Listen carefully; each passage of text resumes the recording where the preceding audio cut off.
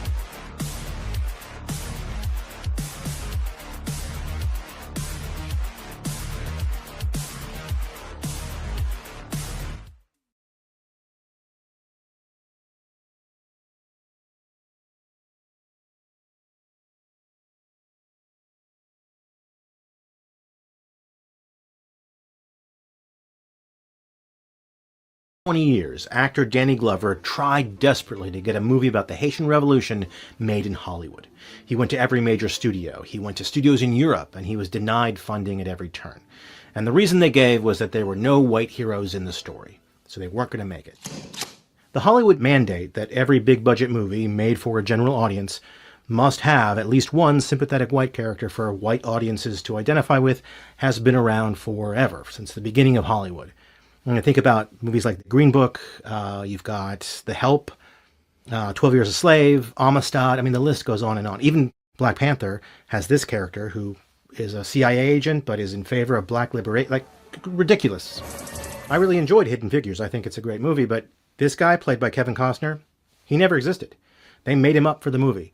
Everybody else is based on a real person, but not him. So that whole scene where he goes and smashes the sign, the white-only sign on the bathroom, never happened. We made it up. It never happened. This one was invented by a writer. It's all there to make white people like me feel slightly better about the history of racism in this country. We can sort of self-insert. We can go, oh, I would have done that too. No more white restrooms. There's a cardinal rule in any system that is white identified, and that is that you are never allowed to make white people feel uncomfortable in relation to their own whiteness. That is not allowed. I think it was James Baldwin who once said that being white means never having to think about it. And in Hollywood, if you make a movie about black liberation that doesn't include a sympathetic white character, it might make white audiences feel a little bit uncomfortable about their whiteness. They might leave the theater having to self-reflect on our own history in this country. Can't we just, for one night, just all be family? It's incredibly, shockingly rare to have a movie that is made for a general audience that's about race or racism, but doesn't include a sympathetic white character. And that's one of the reasons why Sinners was such a big deal. There's no sympathetic white hero in this movie at all, and yet it did really well. But you can count on your hands, like the number of movies that do that. You've got Get Out, Moonlight, Sorry to Bother You. I mean, there are very, very few. And the truth is that being made to feel uncomfortable in relation to white supremacy is a really important thing for white folks like me. Like, being made to feel uncomfortable is a critical step in learning how to challenge those systems, how to become anti-racist. It's a story for another day, but I will personally be eternally grateful for all the folks in my life who dared to make me feel uncomfortable. It wasn't their job, but they showed incredible grace and patience, and I'm a better person today because I was made to feel uncomfortable back then. So we need more movies that... And for the most evil invention in the world contest, I invented a child molesting robot. Nerderotic.com. I'm here to tell you I understand what the filmmaker was trying to say with the film Cuties.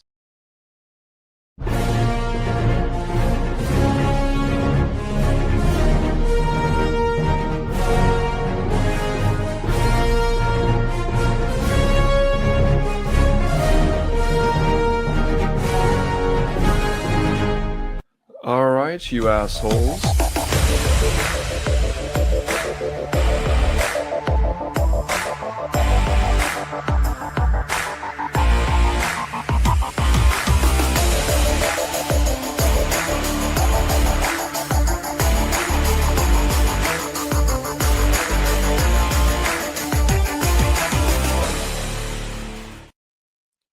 Hello and welcome to the Shillcast. It's just me shilling so far. I'm going to have a couple other shills showing up, I believe. I don't see any messages updating me otherwise. So yeah, should have a couple other shills here. Yeah, this is not a way you behave at a stream, man. Like, I've never seen you before and you just show up and you're fucking acting like a toddler. Don't do that. This guy must hate himself. Are you talking about the guy in the video? You talking about the guy in the video that was like talking about racism and stuff? It's weird to me that people feel like you can't. I don't know. There's some kind of weird thing going on where it's like, oh, it's good and beneficial for me to recognize, how the harms of racism and systemic racism in this country and elsewhere in the past. That's not the same thing as taking on all that guilt for yourself and then hating yourself for it. Like, that's a really emotionally immature way to look at it. You kind of have to be a little bit of a child to see it that way, but nonetheless, yeah, we're gonna be talking about some Robert Meyer Burnet, man. I don't know if you guys ever looked at his Twitter, but holy shit, that guy is a vile fucking scumbag, dude. Why is my shit so bouncy right now? That's weird. What's the deal with the bouncy? No, I would not. No, I would not recommend that for that purpose. Or maybe that's the one by that's the one that's who wrote it and drew it, right? The one that's weird and like doesn't make any sense and it's kind of just nonsense, right? I don't know. You can chat on whichever one you like, man. It will show up. I think it should show up. If it's if you're on a channel that is playing this stream, it should show up. If not, you know, let me know. What up, Reggie? What up, CJH? What up, everybody? How y'all doing? So what else? Let's see. We got oh yeah, we're gonna talk about some Daredevil Born Again, I think. And then apparently there's a new Planet of the Apes movie announced. Did somebody say that? Is that real? Is that a real thing? Not a sequel, so you're optimistically nervous. Yeah. Okay. Well, interestingly enough, they've never actually. Well, I guess they kind of did reboot it. But I mean, you could kind of look at all of the Planet of the Apes movies as taking place without negating the other ones. Because like, yeah, we can get into another time. Actually, subscribe to Bob of the Old Ways because he likes talking about Planet of the Apes a lot. So he'll probably be covering that. But what else did we have? We got motherfucking Star Wars. The sequels, are they retcon? Are they going to be retconned out of history? Out of, you know, just yeeted from the timeline? Is that going to happen? Is that really going to happen, guys? I don't know. There's no way to know if that's a real thing or not. No, I mean, it's not going to happen, obviously, but it's worth discussing why that would be something that is being claimed, right? So there's that thumbnail. Get the other ones here so we can have a visual of what we're going to be looking at. That'll kill some time as well. This is a quick one that, you know, we could probably look at this before anybody gets on because it's not really, maybe it's, no, there's probably discussion to be had with this one. I just saw that. This was like, really, man? Anti-choice invincible AI slopaganda, really? Y'all doing this to us? People are really mad. For a spoiler alert for Invincible, by the way. But some people, I'm guessing they were conservatives, were pretty upset about the whole Eve had an abortion because, you know, Mark wasn't around or whatever. It happens. Abortions happen, yeah. You know, people do them. They have that right. It's weird to get upside. Like, it's this fucking weird thing that some dudes have, conservative chud dudes. They're like, that's my seed. You had no right. You had no right to get rid of it or something. It's fucking weird. Grow up, guys. Abortion. It just happens. I'm going to abort this path of discussion until anybody else joins me and can take the fall with me. Let's see. What else we got? Oh, yeah, this one. Ugh. This motherfucker is vile, dude. He's skated. I know we've covered him one time, and it was kind of based on the premise that we let him skate a lot. But he skates because he's a fucking coward. That's what I've realized. I did enough fucking research to know for sure this motherfucker is a chud, except he's too much of a coward to talk about it in his content. He fucking goes on Twitter and he goes on just disgusting fucking, you know, genocidal Zionist fucking tirades and shit. And then, well, I'll get the visual aid for this next part so you guys can see what I'm saying here. Yeah, here we go. Then he hangs out with you know, people like Gary and what's funny is Chris Gore and him and Robert Meyer Burnet, well, not here whether he has a beard, but usually they both look like an old grandma to me. You know, they just kind of look like grandmas. Speaking of old grandmas, Bob. Oh, I see what you did there. I see. Well, I mean, you know, I am. Actually, I'm not even sure what to take that up. But yes, I am here. Kind of way. I literally just said a thing as a segue to introduce. That's very segued. Did we just find out Robert Meyer Burnet might be a chud? No, I mean, I was just saying we covered him one time before where we talked about how, you know, he's very chud adjacent in some of his takes and stuff, but I don't remember what we ended up deciding for sure. But like, I did research this time, And I was very, very confident that you would agree with me as well, that he's just a chud who's actually, he's worse than a chud because he's too much of a coward to actually say the shit, openly. He'll still shit on Star Trek for, I got a visual image for that too. For certain things, but he won't just come out and call it woke or anything like that. He'll try to, create some sense of it's a real criticism thing when it's not. It's just him fucking being a chud. Yeah. I mean, there's lots of chuds like that. But he skated for a long time. That's the thing that pisses me off. Oh yeah. Not that one. Wait, where'd it go? This one. So this is him on Instagram. In the wake of Dune, Foundation, and any other science fiction franchise which explores a universe over a millennia from now, is this how I'm supposed to believe a Klingon dresses while enrolled in Starfleet Academy in the 32nd century? Regardless of how this character personally identifies, I just don't believe he dressed like this, like he's going shopping at the Sherman Oaks Galleria. Blah blah blah. And like, is this overtly transphobic or anything like? No, I mean, kind of. I mean, I guess in the sense that like if you don't care how somebody identifies and you're just gonna misgender them or whatever, it's a character, But the thing is that whenever you have a platform like this and you say this kind of thing on a regular basis, guess what kind of people you are cultivating in your audience? Ooh, I can guess. You gotta go ahead. Oh, are they good people? Probably not. Probably dickheads. He boasts of how great. Oh yeah, he had Brian. That's right. He had Bryan Singer on not that long ago. Since the allegations. That's fucking wild. That like, I don't know, man. It's crazy. Who we got? Here we go. The real guy's here now. Get you get the. Hey, what's up, Brian? Hey, okay. How you doing? What are you doing? Yeah, I'm good. Just looking at some Robert Meyer Burnet stuff. What's your experience with him? Weird guy. Sort of. It's like he's trying to keep one foot in each camp. Yeah. I mean, yeah, that's the thing. It's like, in a weird way, I'd almost hand it to Nerdrotic or something for just like, look, man, he doesn't really hide it anymore anyway. A lot of these guys have just come out and shown who they are.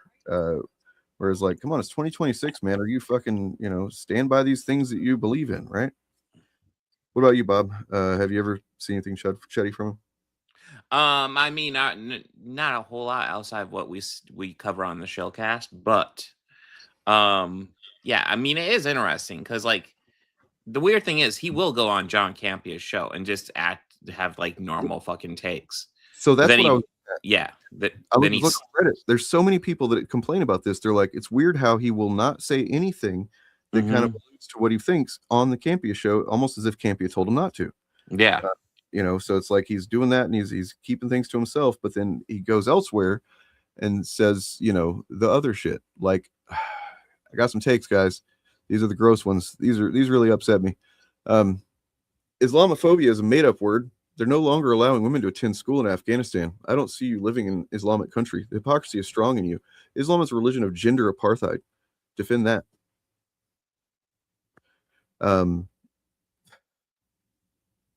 He's a Zionist like a motherfucker, and like the worst. Like I don't think I've ever really seen somebody be so gleeful.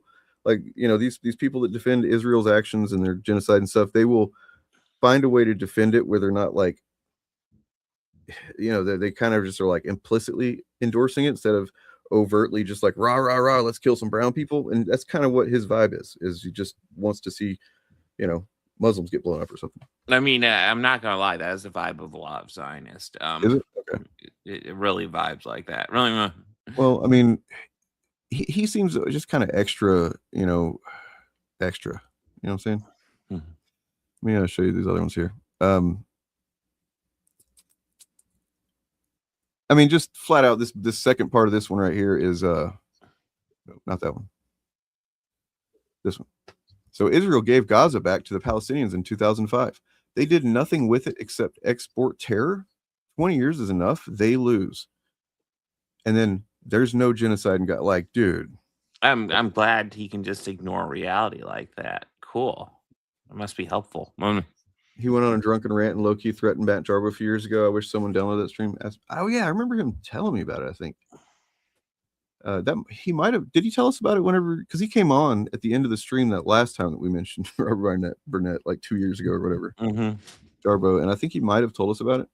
That seems vaguely familiar. I mean, I remember a few years ago when you just posted something like, I think like you were doing like the CHUD trading cards or something, and you posted something. Brian Burnet felt the need to chime in and defend the good honor of fucking Nerdrotic and shit. And it's like, what the fuck's wrong with you, bro? Yeah, I mean, Nerdrotic doesn't even try to defend his own honor because he knows he doesn't have any. No, he doesn't. He is a sold out piece of shit. When he has tried to defend it, like when he made that video directly to you, he just straight up admits that he's grifting. Yep. You know, and it's just gross, man. Like, I don't know. I started kind of wondering, I started looking more into Campia as well to see like, what's his deal. I've kind of come away from that thinking that, you know, I used to be kind of just passive on Campia, neutral, thinking, you know, I disagree with him a lot, but otherwise I haven't seen anything, you know, overly shitty from him. But I mean, I think just having this dude on all the time, and he certainly knows about the things he says. You know, I don't know. I just think that's kind of shitty.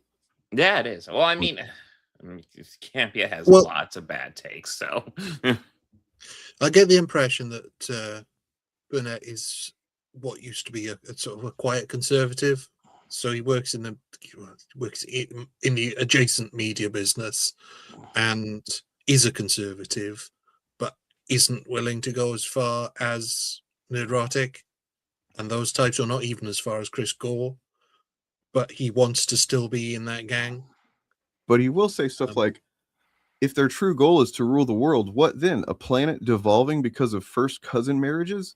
What would the Muslim Brotherhood actually do with the world? No science, no art, no education, no technology. They have no vision at all. Like, I mean, just that's the sort of uninformed conservative take, though, that I would expect from somebody who is a quiet conservative who doesn't actually think about what he's saying, because there's plenty of cousin marriage going on in the US that has nothing to do with being Muslim. Also, to say that Muslims haven't given us art, science, when they literally invented the shit, and when it comes to what math and science, basically. Yeah. I mean, they have done quite a lot of art and science, weirdly enough. So yeah, it's just, yeah, I don't know. He's like I said, he's a weird guy. It is weird. So I mean, I've looked in a little bit, you know, I've looked into it. Apparently he is Jewish, and I didn't know that. Doesn't really change anything, but what I found out that he's Jewish, but he was adopted into a Jewish family. And I don't know, you know, if I'm going to be myself and how I normally do, and just maybe take things a little bit too far with my analysis, speculate, I'm like, oh, I wonder if he's like performing this, you know, overly performing so that he makes sure that he's, you know, cool with the tribe, right? Like that his family's sees him as, I don't know, some kind of, because, you know, adopted people can be a little bit much sometimes. Sometimes I'm not throwing them all under the bus, but I mean, you know, it makes sense as a psychological thing. Like, oh, I want to make sure that I'm accepted and not, you know, don't kick me out of the family or whatever, because I was adopted. Yeah, that was just a half-baked thought that I was working on. But you fired Eric, so he has no weekly. Yeah, why did you fire Eric? Well, because you talk too much, man. And Bob, keep fucking running your mouth, you know. True. I actually love you at this point on Factual Facts, man. It was like, I was birth mother was Jewish as well. Okay, fair enough. So yeah, ixnay on my stupid thing I said. I actually love you, man. You show up and you legitimately say the funniest shit possible at this point. I don't even think that you're actually like are against us. I think you're on our side. Thank you. You're cool. Always entertaining comments. I will give him that. I mean, never mind the fact that literally me and Eric screamed like 2 nights ago together. But because I fired him, you know, I hired him. Definitely fired him. Yeah. Imagine thinking we make enough money to hire somebody or fire them or whatever. That's fucking crazy. Actually, you know, it's kind of weird for us to just assume they're directing it at us. Like, Ryan, did you fire Eric? He's not answering. I think that's it. Yeah. Yeah, of course I did. Oh shit. Oh, it comes out. Said you're not allowed to stream with us ever again or stream on your own. You especially can't stream with Dane on like Monday nights ever. And he stuck to that. So yeah. Just All don't right. double check. Just don't. Now that we got that out of the way, talking about Burnet, I just wanted to, make it clear that he's a CHUD. That's it. So I'm gonna probably maybe come back around to talking about him again in the future. I'm gonna keep an eye on his fucking ass. The other things that he tends to do is like with basically every Trek since 2009, but especially the Discovery and beyond, he's just gone out of his way to criticize any kind of the gay characters that exist or whatever. Like that's not what it's supposed to be about. And it's like I don't fucking comprehend how somebody can claim to be and he actually does know things about Star Trek. I believe that he's a fan, but like to fucking cheerlead for Gaza genocide and then also just like, oh, shouldn't include gay people in Star Trek. Like I don't get, there's some kind of fucking disconnect there. I'm just not understanding. Well, it's not like Star Trek has always been about like diversity or inclusion, and doesn't even have a slogan about infinite diversity and infinite combinations. Yeah, I guess he decided that like, well, we reached infinite already, and now we're going beyond that, right? Which means he doesn't. I didn't know that. we passed infinite already. For free, what? Okay, so I love you guys, but firstly, Islam started around the 5th century AD, and I'm pretty sure paths and art were around before then. Secondly, paths. Despite his Twitter, Robert Meyer is very much a liberal. I mean, okay, but he's still a CHUD. I don't think any of us claimed that Islam invented art. Interesting. You know what he is? That's interesting. I did. Yeah, they totally did. He is a CHUD, but not a grifter about it. I guess I could say that in his favor. Is in on the other side of the coin of him not making his views very known. He doesn't use his fucking shitty views, or he kind of does, but not as overtly as like Gary or whatever. So it's weird. He's like a CHUD, but he's not a CHUD grifter. It's weird. So I question the fact that he's a liberal because how many liberals appear on Friday Night Tights ever? Right. I mean, have ever? I mean, I don't know. I mean, there's some that just like they're obviously all like going for the MAGA audience, and they're all part of that. So that's what they court. That being said, part of grifting is being full of shit. I mean, yeah, he's a Zionist, and it would be one thing if he was, it would be much easier to just say he's a liberal, but he's also got, he's a Zionist liberal because those do exist. Yeah. If it was just that. And there are a lot of Islamophobic liberals who. But what he does that really gives it away is he's also, seemingly a pretty anti-LGBTQ anything. He's also a regular guest on Friday Night Tights and posts. I think as Bob said, he showed up defending him, Gary, one time, and it's like, at that point, especially in the year of our Lord 2026, if you are going on that show, you have to understand what it is they're about. I just don't believe anybody's is dumb enough to not to think that they're actually impartial and in the middle of things and they're just regular fans or whatever. No way. So yeah, I think he's a conservative for sure. He's a CHUD, regardless. He had a gay what? That's crazy. I don't know if I believe that. Yeah, exactly. You're the company you keep, man. Simple as that. I mean, and they CHUDs love to say things like, "Oh, guilt by association." It's like, yeah, kind of.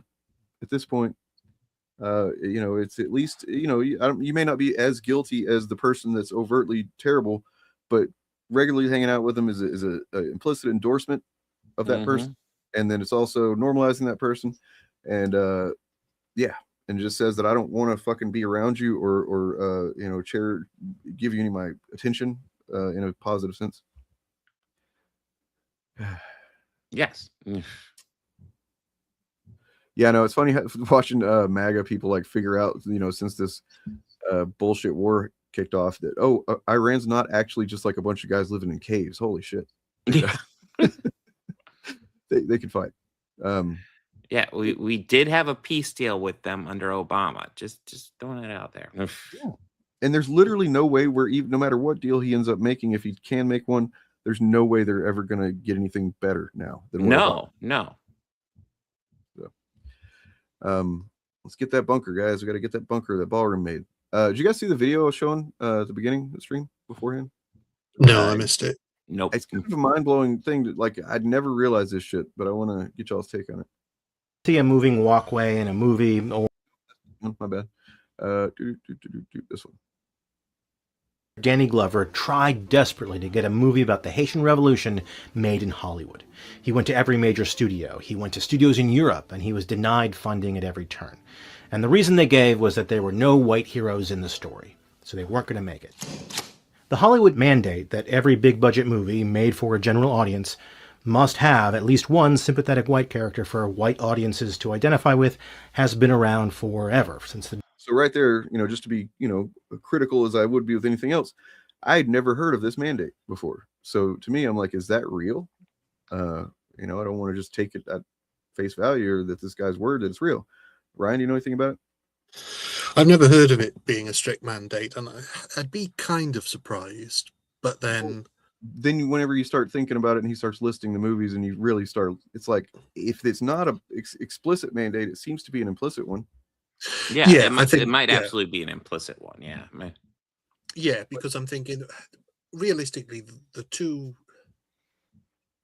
up until Sinners, I guess, which you mentioned, that's why it was one of the reasons it was such a big deal.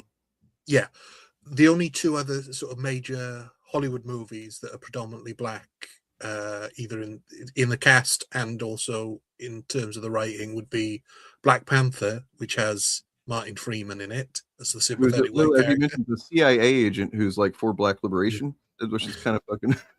The only thing I would say is a potential exception is Coming to America, which does have Louis, I forget his name, the guy who plays the fry cook who went on to present. Oh, Louis Anderson. He has like a Louis Anderson. In that. He has like yeah. He's the only white character in that film. Is he? With more than... I don't remember. Might be. I can remember this being something that my brother pointed out to me while we were watching it. He'd already seen it, but like the first time I watched it, he said there's no... He's the only white character. Wiz? I don't know. Yeah.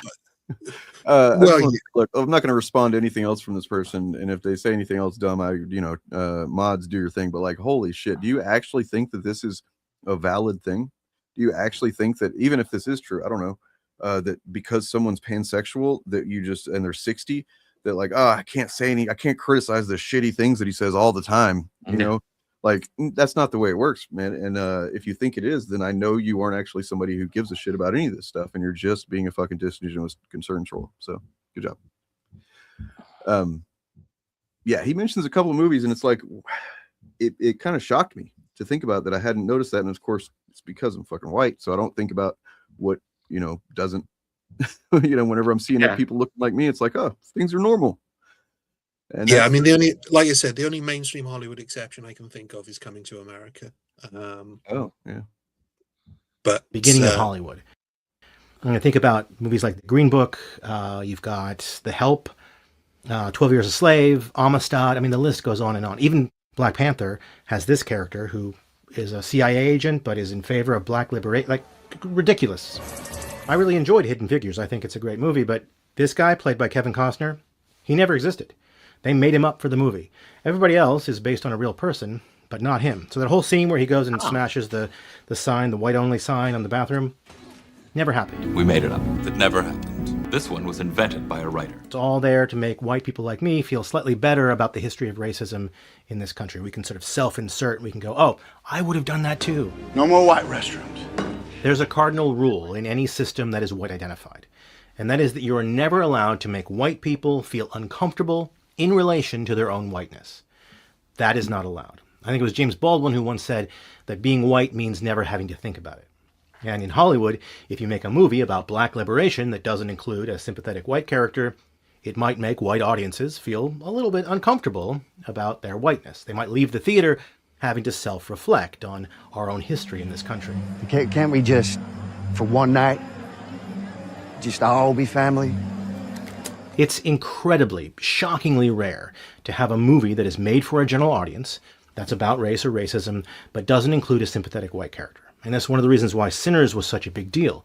There's no sympathetic white hero in this movie at all, and yet it did really well. But you can count on your hands, like the number of movies that do that. You've got Get Out, Moonlight, Sorry to Bother You. I mean, there are very, very few. And the truth is that being made to feel uncomfortable in relation to white supremacy is a really important thing for white folks like me. Like, being made to feel uncomfortable is a critical step in learning how to challenge those systems, how to become anti-racist. It's a story for another day, but I will personally be eternally grateful for all the folks in my life who dared to make me feel uncomfortable. Yeah. So, Damn, that was interesting. Yeah. Right. Somebody, whenever I showed at the beginning, somebody that was in chat, I don't think they've said anything else since then, said, "Oh, this guy must hate himself." And I'm just like, is that what you take from this? Like, to think that to criticize your own, or not criticize you, but like just understand that you have a bias and try to see, things beyond that bias, that's somehow hating yourself. It's fucking weird. Yeah, I mean that's a really bizarre way to take that, because the whole, and also the point is just having a more realistic idea of the world, like just understanding what you're watching and all that. Like, that's what it's about. Yeah. Yeah, and the thing is, at no point did he criticize any of those films that had done that. He was just pointing it out.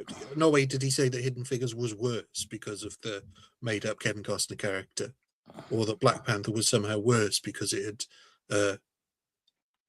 got the Martin Freeman character. He's just pointing it out and saying this is something that exists, and it's weird. It is weird, and I never even thought about that he's the only white, primary character, and he's also CIA, and he's also like, that feels a little bit like weird, in that context. But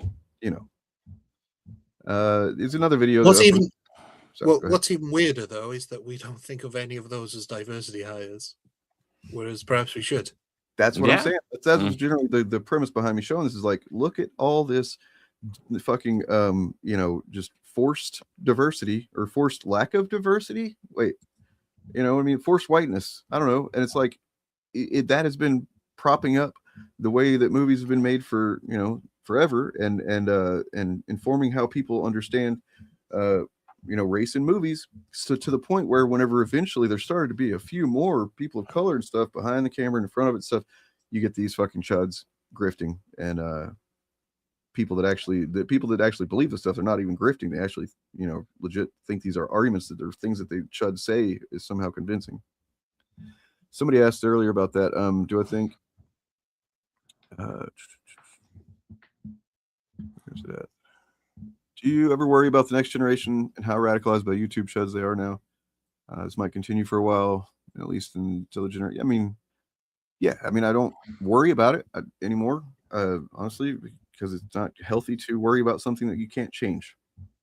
To a certain extent, these guys, maybe not the same literal guys, but guys like Gary and whoever, they're going to be around probably the rest of our lives. We're not going to legislate them out of existence. The only thing that might happen, hopefully, is it just isn't as profitable to continue to do it, which actually seems like that's definitely been happening. With all, I think that's going to. The reason I don't worry about the next generation is that Gen Z and Gen Alpha, they're not listening to people like Gary and Will Jordan, because these are old men giving opinions. To them, I mean, they're kind of around our generation, but they're not speaking to the next two generations. Would you, when you were like 18, be watching a YouTube channel where guys in their 40s talked about how great films from the 60s were? No, but I mean, there's definitely going to be some, exceptions to that, like Ranting for Vengeance. Of course, he's well, But I mean, he is so comical that I think even his audience is probably guys in their 50s. Weird guys in their 50s who was like, yeah, you stick it to them, weird Irish kid with your Nazi father. Got recommended a CHUD channel today about Daredevil Born Again. There's been quite a bit of chuddery going on about that show. Wonder why. You guys seen the finale yet? Yeah. No, I just started episode 6. So, but yeah. Yeah, I have no idea what Chuds could be talking about with that series. I can't believe Doctor Strange turned up and erased everybody's memories again. They just Spoilers. Oh, sorry. I thought it was weird that Flash was in it. I don't even know they, whatever. They don't even Well, I care knew anymore. that one. I knew. I found this. So this channel. I'm not going to show him because he's got 5,000 subscribers, but he seems to be getting somewhat decentish views for 5,000 subs, and he's making CHUD content. The Boys season 5 is woke garbage from 2 days ago. Sinners is trash. Has 9.7 thousand views, but that was a year ago. But still, that's the sign of this thing going to continue limping along, probably with smaller, stature. Oh yeah, channels. Yeah, and I think that's what he's going to do. He's going to continue to limp along. I mean, the fact that he's using the word woke in a non-ironic way, and young people do not appropriate the language of their elders. Yep. I mean, so I think that's again, that's appealing to an audience of our generation, which... Whoa. Sorry. I just saw that on the Metallica YouTube channel 9 hours ago, a video was uploaded with a guy unboxing the new Reload Remastered Deluxe box set. And the guy is Jason Newsted. Oh, that is curious. Yeah, I mean, that's awesome. I'm glad their relationship is good now with the band and stuff, but like, holy shit, that's cool. Yeah. Save that for later. Watch some of that. I'm one of those weirdos that actually thinks that Load and Reload are some of the best Metallica. I don't know if I would say it's some of the best, but I do think it's overhated. I don't think they really started doing crap until Saint Anger. Yeah, and then they kind of course corrected for the most part after that too. But yeah. Except for the mastering issue on that album after that was a whole ass mess. Well, I hear that the reason the mastering was so bad on that is because they let a puppet do it. Because what? They let the puppet. God damn it. That's good. All right. White character. Yeah. Even though I'm an Asian American, I recall being a brainwashed teen in grade school where I watched Rosewood in one of my classes. I was happy that Michael Rooker's character was the only white character. What? The only good white character. Oh, I see. Michael Rooker played a good guy? Yeah, really? Like, is that possible? What? I don't think he had that range. I know he's capable of playing a good guy who's blue, and even that's not like great. Jason is from Gull Lake, Michigan. He used to come to our record store in Kalamazoo. My managers knew him, and he was always nice. Yeah, he seems like. I mean, he legitimately seems like a nice guy, and it sucks that the other guys spent, I don't know how many years was he in the band. That many years fucking taking out their grief and abusing the shit out of him. Apparently, they really fucking fucked with him a lot and never really let up. He does have a mean resting face, though. He does. He's got that face that's just like, oh God, are you okay, man? You gonna kill me? But yeah. Oh, that's awesome, dude. Hell yeah. Recorded a Reload song. Which Reload song? I can play probably like 3 or 4 songs off of that album, and then a couple off of Load. I basically play probably a song off of every album except for the last couple because I haven't tried, and then nothing off of Kill 'Em All, and yeah, but everything else. I learned my guitar chops on Metallica. That's the way to do it. I got another video from that other guy, by the way, Pop Culture Detective, I think is what he's called. It's also very good, but we'll watch it later. Right now, I suppose we'll look at some well, we can't talk about Daredevil specifically, but we can talk about Star Wars is a thing, right? Wait, there's a War of Stars? Apparently so. Oh shit! Stars are going for each other. It's weird. You can't talk about obscure movies around me. I'm not gonna get it right.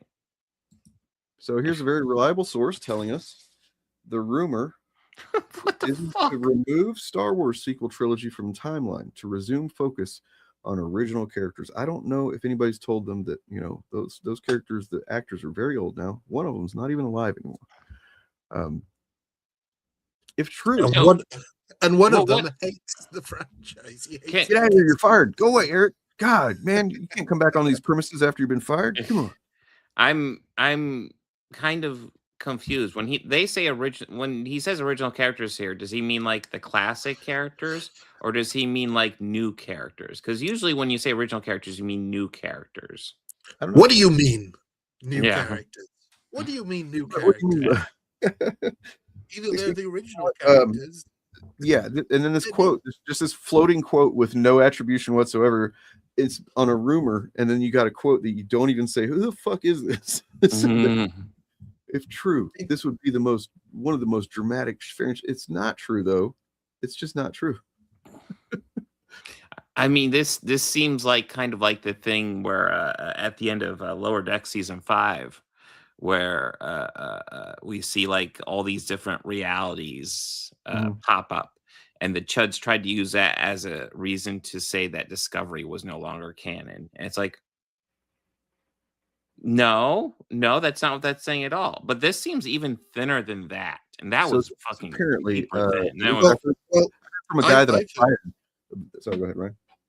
I've heard a rumor that Disney is planning to remove all the Star Wars films and remake them all as costume dramas set in the 1800s. So, if true, that would be one of the most dramatic franchise shifts in modern Hollywood history. If true, I heard Disney was going to, just basically give away all of their money and become, I don't know, anarchist, communist, wokeists, but really, for real, and then Bob Iger's gonna sacrifice himself on the altar to gods, and if true, this would be kind of one of the biggest shifts.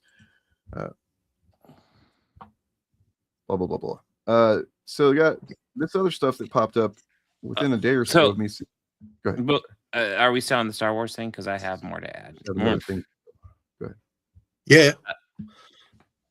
All right, so I went to the Geeks and Gamers website to try to figure out what the fuck they combined with critic list to become the most awesome, terrible, failing echo chamber ever. Oh yeah. So here I got here. No, I can't add it. Fuck yeah. Okay. Fucking chaos, man. Geeks and Gamers website. Rumor: Disney to remove Star Wars sequel trilogy from the timeline to resume focus on original characters.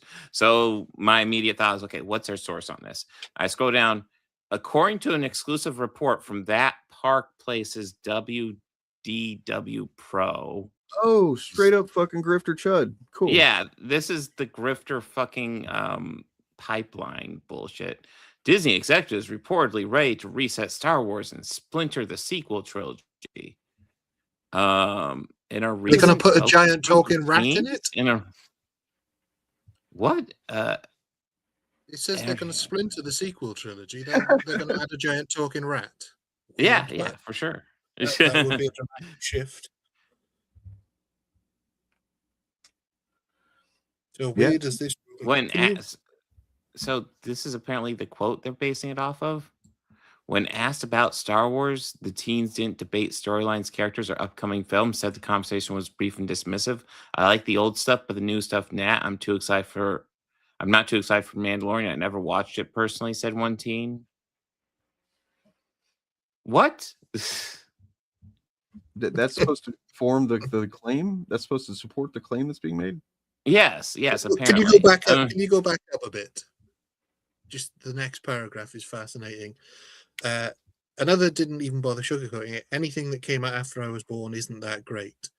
So a opinion of at least 50% of the Star Wars fandom from the beginning. Yeah. Because how many people of our generation born sort of after Empire do I need to go dig my files and find that screenshot or that scan of that old fan newsletter that somebody started putting out after the first film, and then whenever Empire came out, they fucking put out one they announcing like, regrettably, we are not doing this anymore because this Empire Strikes Back film is not the Star Wars that we know. Specifically, I remember a specific quote in that: "The franchise or Star Wars is dead." Yeah, whatever it was that was magical or whatever about the first one, George Lucas decided not to do any of that or something, something along those lines. It's fucking bizarre to read. But they seemed really earnest about it, which is probably the difference between them and a lot of these chuds. So I mean, part of it also seems based upon the reports that the pre-ticket sales aren't as big as they expected. That being said, there's been lots of movies that don't do amazing on pre-ticket sales and still fucking knock it out the box office. Man, I'm not looking forward to it, but I kind of just don't care yet about, like, I feel like I'm not going to go to the theater to see it. And so if it, I totally anticipate it's not going to do as well as a regular Star Wars at all. And I've seen being it's got a lot going against it. I mean, for a start, it's a spin-off from a 3-season TV series that not everybody watched, and so if you haven't watched it, you're going to feel like you can't go into it knowing what's going on. Secondly, I know they've kind of gone for this model on purpose, where it's a spin-off from a TV series, but in reality, spin-off films from TV series never do well throughout history. I can't think of one that has succeeded. This is from Star Trek. Polygon. Ahead of the film's premiere on the 22nd, Disney invited a handful of journalists to watch the first 15 minutes of Mandalorian and Grogu at IMAX headquarters in Los Angeles. Polygon was part of that group, making me one of the first people not employed by Lucasfilm to see anything beyond the trailers. While it was exciting to see Din Djarin and Grogu on this big screen, my first impression of the film is that it feels more like a Star Wars video game or a Netflix show than the blockbuster movie that's going to return Star Wars to its former glory. Mando commandeers a two-legged AT-ST walker and Grogu hops on. The camera pans down to reveal several AT-AT walkers below. It looks like an establishing shot in a video game, and not just because the entire thing was likely created in Unreal Engine. Favreau points the camera purposely at upcoming enemies and the path our heroes will have to take to reach them. All that's missing is a spinning autosave icon.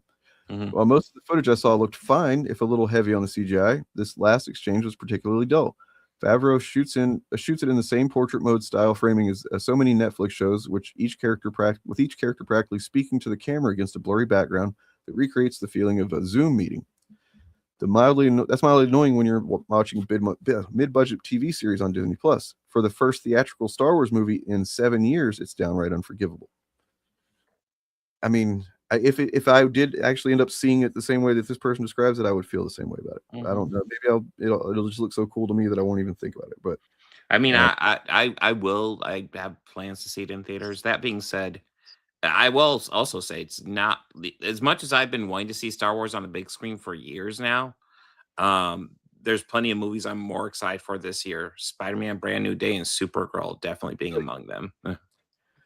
Yep. And I'm starting to get a little bit of hype for Doomsday eventually. Eventually, yeah. I'm not against Doomsday. I'd say my current hype for Mandalorian Grogu is probably about equal to Doomsday. Wow. Although probably when we're closer to Doomsday, I'll be more hyped for that than that's what I think. Because we're pretty close to Mando and Grogu right now, so the fact they're equals not great. Got some good reviews so far. I mean, people are just saying basically it's the dumb fun you would want it to be, and that's good. I am kind of semi excited for that one. I do like Carl Urban, and him as Johnny Cage sounds like fun. So now we're going to pivot to this other thing that might be somewhat informing this. It's definitely part of the whole general conversation. So this was a report from Screen Thrill. The Star Wars sequels never became generational. New data from streaming toy sales focus group polls and online trends suggest younger fans are far more attached to the prequel era, the Clone Wars, and the Mandalorian than Disney's sequel trilogy. While Lucasfilm reportedly hoped Gen Z and Gen Alpha would grow nostalgic for Rey, Kylo Ren, and the sequel films the same way the older generations embraced blah, blah, blah, that emotional connection never fully happened.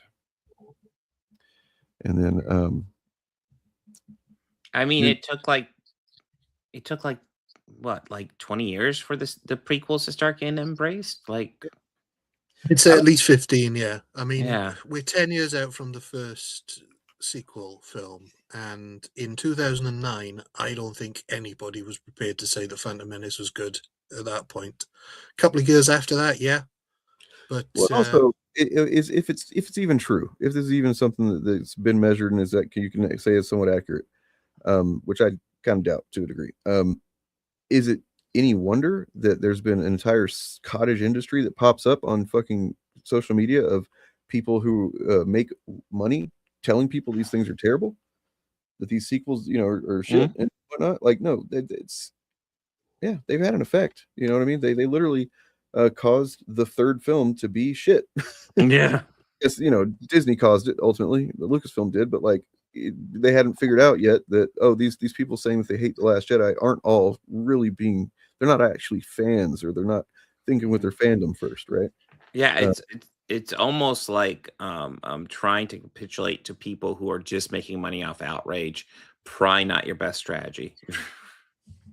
well, I've just double checked as well, because something felt funny about that. The way it mentions Gen Alpha. Gen Alpha started is for people born from 2010 to 2024. So anyone born in 2010 would have been 5 when Force Awakens came out, and they'd be 16 now. So of course they haven't embraced it yet. They're not old enough. I was 15 whenever I liked Star Wars stuff before, but I was 15 whenever the re-releases happened. And that's when I actually consider my like active fandom happening, right? Where I was like, yeah, and I think that's probably like same here. I'd seen them all as a kid. I mean, they were on TV a lot in that time before Lucas took them off TV, and but I never really understood what was going on most of the time. I think I saw Empire before I saw them out of order. I know that of the first time they made them out of so yeah. Yeah, no, I didn't even see 1, 2, and 3 till years after 4, 5, and 6. It was ridiculous. It was I didn't even well, know you watched them wrong then. You would have had no idea who C-3PO and R2-D2 were. They're ridiculous. Yeah. I don't know who Tilly's C-2PO what? is, for sure. Like, who is C-2PO, C-1PO? Who knows? Yeah. I mean, it must have come as a real shock to you that Darth Vader was Luke's father, whereas if you watched them in the right order, you would have known that. Finish the movie, Ryan. What are you talking about? Wait, what? Spoiler, bro. Spoiler. I'm about to be, so I'm currently, I actually need to start watching probably tonight with my son. He just turned 11 on, May the 4th, actually. So that's his birthday. It's pretty cool. But he has not, as of yet, gotten into Star Wars. And so I think he's supposed to go with a friend to go watch Mandalorian and Grogu. And so he wanted me to try and get him, caught up on Mandalorian before then. So I don't know. I think I should probably look what episodes are most relevant, maybe, instead of trying to watch the whole thing. But I don't know. I mean, and like also if they're not fans of like the movie sequels, okay, but there's a lot of fans of like the TV shows. You know what I mean? People like the Bad Batch. I've seen that. What is it? People talk about Rebels a lot. Yes. And then also, let's not forget that. What was it, like a week ago, 2 weeks ago, or something like that? There was reports that the Acolyte suddenly popped up in the top 10 of streaming on. Yeah. The most terrible thing to ever happen ever. Somehow, people were watching it. And then what was it, last Christmas time? I think maybe Christmas before. I don't remember. Where suddenly, The Last Jedi is like the most watched thing all weekend for a weekend. These things. That happens. It's relevant. Yeah, and also, as well as everything else we've said, I do question the statistics because the TV shows, is this based on minutes watched? Because there's a lot more minutes. That's what I think it is, actually. I think this is based on minutes watched, which then once you start comparing TV shows and movies and that, you're kind of just, everything's out the window. Like, what are you even doing with yourself? That's why Gary does it intentionally with shit like that, where he's like, look, this new show that has only 5 episodes hasn't even broken the top 10 with all these other Simpsons and Seinfeld and shit like that. More people are watching Seinfeld than this new show. It's like, yeah. And asking what happened to that Star Wars kids show with Jude Law. It was called Skeleton Crew, and it was totally solid. It's pretty good. Yeah. Good show, yeah. It was what basically what it was. What was on the tin? I got what it was advertised. It was Spielbergian, kind of a adventure of some kids, coming of age and doing some Star Wars shit. So the one thing I kind of appreciate that I kind of assumed the Jude Law character would have some sort of redemption, and no, he's just the villain throughout, and I appreciate that. Yeah, stick to it. Why not? Pretty cool. That was good. What else has there been? I know. Honestly, I didn't realize until it was over that a lot of people didn't like Boba Fett. I thought it was okay. Parts of it I really liked a lot. I think if you look at Boba Fett individual episodes, like each individual episode is fine. Problem is, like, they don't spend enough time with Boba Fett and they don't really develop him. He's there, and then they spend an episode and a half just doing Mando stuff, and then it's Boba Fett again. And suddenly it's a follow-up on what Mandalorian season 2 or whatever. I mean, it's still miles better than Secret Invasion was. True. How about we, meaning Disney, don't solely cater to nostalgia junkies and grown-ass dudes who can't let go of their hate of Last Jedi and Hermir Luke. They want Super Saiyan Luke. Yeah, I mean, that's what Morgan, my co-host, we called one time, did a stream talking about Artifice Luke, meaning the version of Luke that a lot of people seem to have in their heads that is not what is depicted in anything. And that's the same, kind of false notion of Luke that people seem really disappointed that he wasn't that in The Last Jedi. And that blinds them from seeing the fucking brilliant writing and the fact that it makes perfect sense that he would be exactly the way he is in that movie. And the fact that, like, at the end, he does pretty much do that, and it's just unbelievably badass. He does it, but he also doesn't. So he doesn't. Yeah. His new ethics that he's developed, he doesn't fucking go back on those, but he still does it. He does a feat of force shit so fucking great. Oh man, it's awesome. Yeah, it was a great fucking finale. Yeah. Here's the thing about that as well, that I think you can tell that the people who complain about that arc are probably not in the age group that likes the prequels. Because if you like the prequels, then you understand that basically Obi-Wan and Yoda go on exactly the same emotional journey as Luke. Yeah. Where they're badasses in the beginning, they get defeated, and they go off and become hermits. Which is exactly what Luke does. Luke follows the teachings of his two teachers. He does exactly what they do. And they all still love Yoda and Obi-Wan from the original. So really, they should say, well, why is Yoda just hiding out in the swamp? Why doesn't he come back in Empire and be a badass and save everybody? So what you're saying is that they should have released the sequels before they released the originals. Because I think that's the true secret. I think if I was allowed any creative direction over at Lucasfilm, here's what I would greenlight. I would first write it and then I'd greenlight it. It would be a movie about Yoda. And I know I've said this on stream before, but it's an idea I can't get away from. I've said it for years.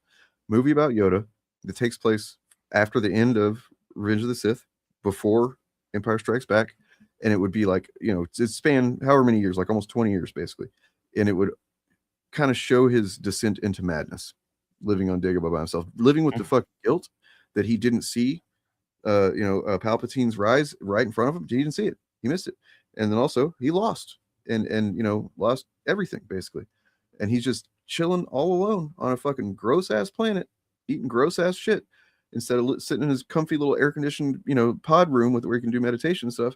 And he just goes insane to where whenever the first person he sees in all that time shows up, Luke, he's like acting completely out of character. If you think about it, like other than that moment, when you first meet Yoda in Empire, have you ever seen him acting like a fucking jackass that way? He never does, So I think that'd be a pretty interesting, just like a not rated R, but PG-13 kind of a darker movie where it's just, I don't know, he's flashing back and stuff like that. I mean, that's interesting because it kind of reframes, because I always thought of when we first meet Yoda, I always thought that was kind of him just kind of like testing Luke. Yes, how he was acting. Obviously, but it kind of reframes it as like he's kind of lost his marbles a little bit, which I think that works too. I think that, and it. I've been have an idea for a video. I've got some stuff written about it from a couple of years ago about basically Luke, kind of back to the Artifice Luke thing. A lot of people don't realize how close he got to dark side shit. Like when we see him in Return of the Jedi, he was a foot into the dark side. And I Yeah. don't the movie doesn't make it explicit, but it's there if you look for it. You know what I mean? I Like, mean, in Return of the Jedi, in the final battle, like he's kind of letting his anger go until he realizes, like, the fuck am I doing? like when I was a kid, I remember thinking, seeing him at the beginning of Jedi, where he's like, oh, he's badass now. Look how cool he is. That's what I thought of it. As I got older and look at it now, I'm like, wait a second. He's wearing all black. He's straight up force choking goons. You know what I mean? And then like mind controlling him. What's his name? The fucking with the head thing to do what he wants, and then like kind of goading him at saying like shining him on. Oh, you serve your master well. You'll be greatly rewarded. Like that's some straight up Sith shit. It's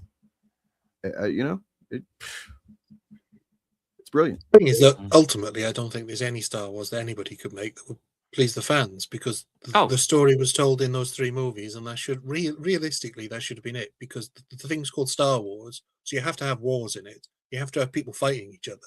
So you can't have peace in the galaxy like Return of the Jedi ends. You have to bring back an enemy to fight, otherwise it's not Star Wars. That's why the criticisms about like the Noose trilogy being like, oh, so just another authoritarian group shows up, and it's like, well, yeah, that's what would have to happen more or less. I mean, there's other things. Also, that is what happens throughout history. That is what happens. An evil enemy is defeated. The authoritarians were beaten, and they never showed up again. That's I mean, even in the novels, it explains, even after Return of the Jedi, it was like essentially explained that the Empire was at like 25% strength, but there's still very much a power to be reckoned with. I mean, I guess they could do something like the Yuzon Vong, or what it was called. But that would feel very much not like Star Wars, I think, to see live action. But especially if they fucking kill Chewie, fuckers. Anyway, Star Wars is a mess.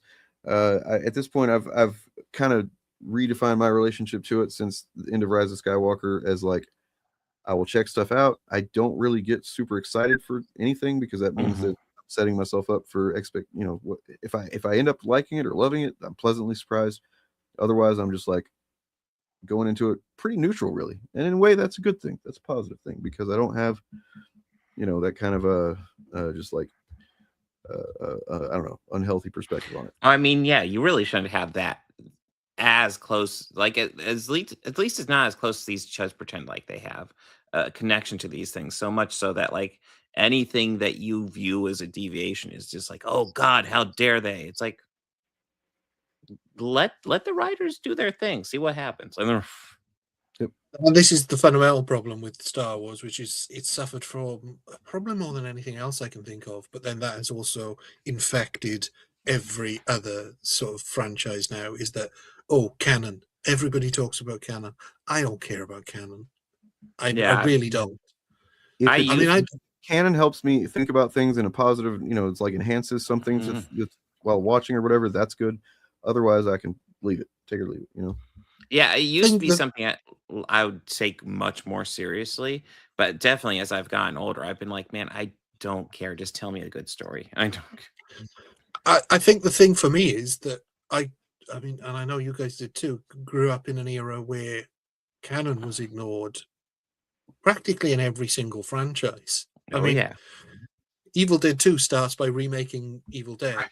Mad Max 2 starts pretty much ignoring a lot of what happened in all 4 chapters in the Mad Max story kind of ignore each other. You can kind of lightly link together some sort of canon, but like they're all kind of their own thing.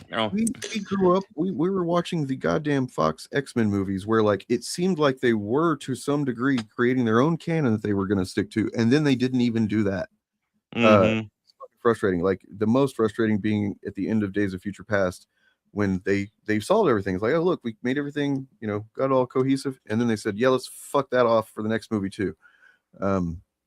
Allegedly, I mean, it happened in everything though, didn't it? I mean, TV shows, because they were episodic, stuff would happen that made no sense at all. Things would happen that had already happened. And so if you actually, and this is what nerds used to get teased about. I mean, there's the Simpsons Halloween special with the comic book guy, and people questioning Xena, and she's got that famous line, if it doesn't make sense, a wizard did it. I mean, that sort of obsession with canon was beaten out of me at a very early age, and I'm just like, yeah, tell me a good story. Have you guys seen this yet? I think I've shown it, but Lucas's words, not mine. So you if you disagree with me. Is this the perfect explanation of the Force? And did Freddie Prinze Jr. just spoil all future Star Wars stories? The Force dictates who wins or loses based on balance. And here's the quick version on how to explain it to all these people who think they get to decide. In the first, if you want to do this like time-wise, Palpatine, you would say, and Yoda are the smartest two. Palpatine clearly smarter because Yoda was blind to the power of the dark side and the seduction of Anakin. So let's talk about the seduction of Anakin Skywalker for a second. If the Emperor is the smartest dude in the universe and knows that the Force dictates this, if he kills who he sees as a rival, Anakin, then he knows the Force is just going to correct that because the Emperor knows this. So instead of killing Anakin, what does he do? He seduces Anakin to double the strength of the dark side. So then what does the Force do? It balances us. How? It gives us twins, Luke and Leia, 2 and 2. Balance. And if you look at the movie through just that simple perspective, you will not only know why every single bad guy loses and every single good guy loses, you'll know who's going to win and lose in the next movies. yeah, but so my thing with canon is this: if it helps me have more fun with the thing, great. I like it. If it starts to make things not fun, if I get frustrated by it, I just don't fucking care, really. You know what I mean? And it to a degree, it can be negative in the sense that, like, speaking to X-Men movies, setting things up in a way that, like, seems like from movie to movie it's going to matter, and then you actually, you know, connect those two things even though you are connecting other things. That can be very frustrating just because I want you to fucking give me what you seem to promise. You know what I'm saying? Like, but yeah, that's about it on canon. What about Jesse? What's going on with Jesse? Yeah, Full House. Full House never made it over here, so I can't comment on that. But yeah, TV shows used to do it all the time. Literally. The thing is, with a lot of this stuff, the status quo is what, whatever the status quo was the thing that got people's attention and started making the money for the thing. And so, you know, to some degree, they're always going to try and stick to that. But look at The Simpsons. What's the canon for The Simpsons? I haven't looked at The Simpsons in quite some time, but I think it's basically just the same. I want to say season 10. Last time I actively watched Simpsons, maybe. It was probably later than that. Everybody thinks it's season 10, but I think it's probably closer to series 12 or 14. But no, they're on like season 87 now, right? Well, yeah. But yeah, this obsession. This obsession with canon that people use as a stick to beat stuff with, I just can't care enough. Who cares what year a trading card said that Ki-Adi-Mundi was born? Like, and what about an incident like this? So Daredevil Born Again, this is not a spoiler for anything, but it is something to look at. There's apparently people pissed off about this frame right here. There are people that think that this ruins Daredevil Born Again and Daredevil on, you know, in general. Can you see why? Struggling. I'll admit I don't see anything. I know. The comic book in front of Matt Murdock is a Daredevil comic book. Literally, this shot is on screen for like 4 seconds, and it's clearly a fucking, you know, little nod to the fans and nod to it's the Daredevil Born Again, trade, the newer version of the trade paperback. So nod to fans, and it's like, really? Okay, so like if they want to get really upset about, is it not impossible to believe that like Daredevil does exist in this universe? Right. Is it not impossible to believe that someone made a comic book based on him? It's already been established that, you know, there's things like Captain America cards and stuff like that.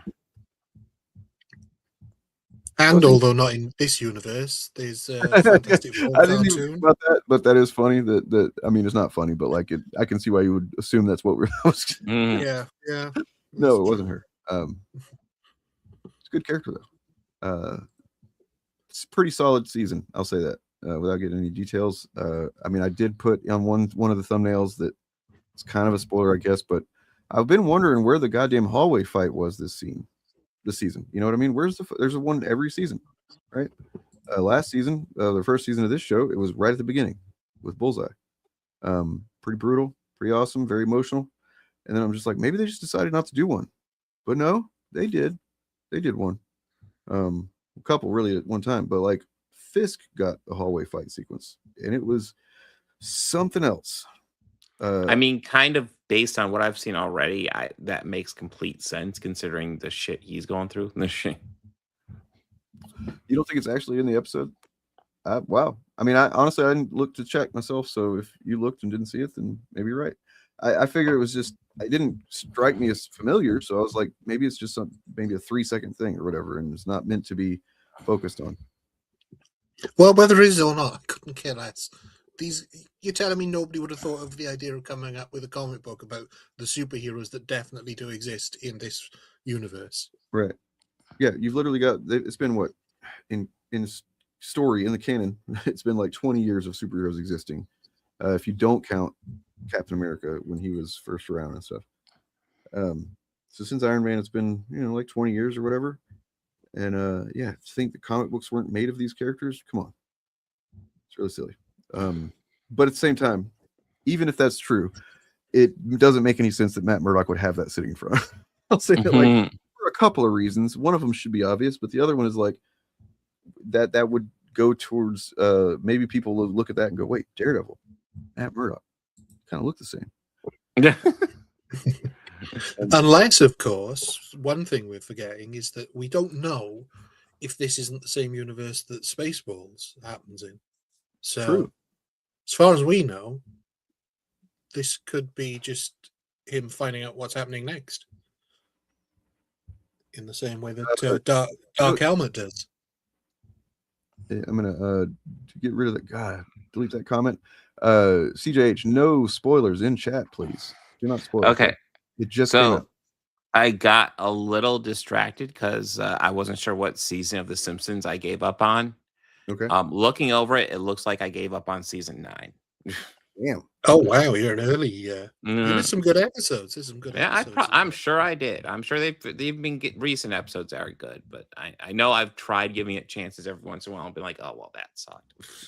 That's true. It's actually part of the plot that he finds that comic book in that movie, and yeah. So that's people love to get upset, man, about dumb shit. Speaking of which.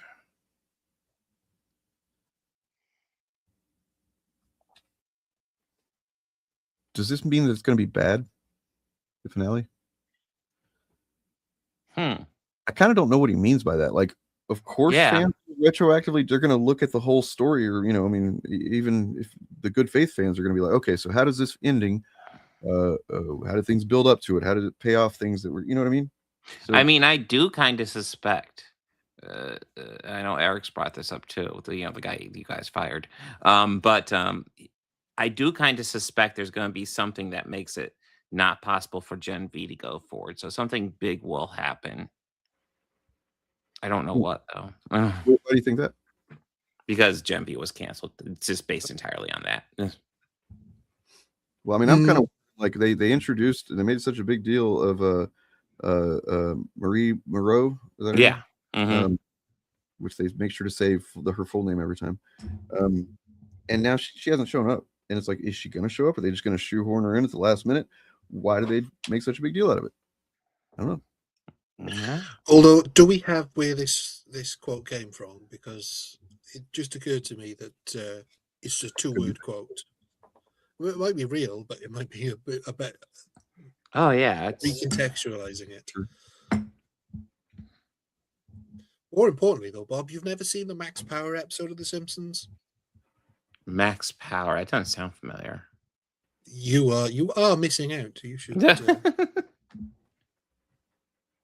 I mean, there's several aspects of the ending of the comic that could still happen exactly that way. Some of the main stuff that is yet to happen, could play that, and even it would even make sense. For example, spoilers for Boys comic. Huey could do the final blow on Butcher. Because that's what Butcher's kind of egging him on to do, even though Hugh doesn't want to do it. That could happen. Who knows? I'm trying to see if I can figure out where the quote's from. I never did watch much of that show. I had a girlfriend that loved that show, and we started watching it, and then we broke up, and maybe that's why I didn't watch it anymore. Yeah. God, I meant to follow up because I saw season 12, and I actually felt like it was kind of like a return to form because they kind of lost their way, kind of season 7, 8-ish. And 12 felt like a return to form. Then I just stopped watching, and I should catch up more because it was getting back to a point where I really enjoyed it. Man. I mean, for me, season 1 to 6 is gold. Absolute solid gold. Past that, it's okay. It gets worse and then it gets better. But I don't think it ever reaches that height. But interesting fact, which is something that was pointed out, is that Lister has his appendix out twice in that show. So, well, she had to get both of them taken out. Well, yeah. Ruined canon. Canon's been destroyed. Canon's been. Bart's been 10 for 35 years. Canon ruined. Well, they've changed. That's one thing I know they've changed, even though I haven't been keeping up with it recently, is that they've moved it forward so that Homer and Marge were not young in like the 70s now. They were young in the 90s. So yeah, it's a rolling timeline like Marvel. Rolling time. Yeah. Okay. Well, speaking of Amazon Prime shows produced by Seth Rogen from Image Comics. No, Boys isn't Image, it's Diamond. My bad. This is gross and weird. Like, spoilers for Invincible. So Eve was pregnant. Mm-hmm. I am caught up with that. So she did choose to not continue that pregnancy. And there's a lot of upset dudes about it. It's just that kind of thing surprises the shit out of me. I mean, it does at first, and then I'm like, why am I surprised? But every time something like that happens and I see a bunch of dudes just saying the same shit, I'm always like kind of thrown off. Like, really? Oh, I get it. Yeah, because you're a fucking idiot. Mm-hmm. Yeah, I mean, she had no idea if Mark was even coming back. So, right. Yeah, I don't know what is there to really get upset about. You feel this ownership over the it's like if you wanted to own it, you shouldn't have shot a load in there or something, you know, like you can have it and do whatever you want with it, but like once you do that, you know. Okay, so I actually think this adds decent context. So going a little bit back to Eric Kripke, I have the full context quote here. Okay. Finally, what excites you most about the final season of The Boys? Excites is the wrong word. What makes me the most anxious about the final season is really hoping that we land the plane. It's super hard to do a finale. Fans will retroactively judge the show based on how they feel about the finale. If we stiff it, they will definitely say, well, that show wasn't as good as we thought it was. And it's almost like you're trying to secure your legacy with these finales. And it's the first finale I've ever done. So it's not like I have any experience with it. So I'm mostly anxious with girding my loins. So he's kind of not right there, because I was looking into this and I did not watch Supernatural really, but I do know that they did do it was intended to be a finale. I think it was season 5. Yes. And then the network chose to continue on without him. So from what I understand, the season 5 finale was actually a very good finale to Supernatural. If it actually, no, season 5, the main villain was Lucifer, and they defeated Lucifer after that, and they had to come up with villains after that. So he did do a finale. He just didn't have to deal with the consequences of an actual finale, where it was like literally the last one, which is that I did think it was a little bit weird that he said that, because it's like, wait, you didn't do anything with Supernatural finales?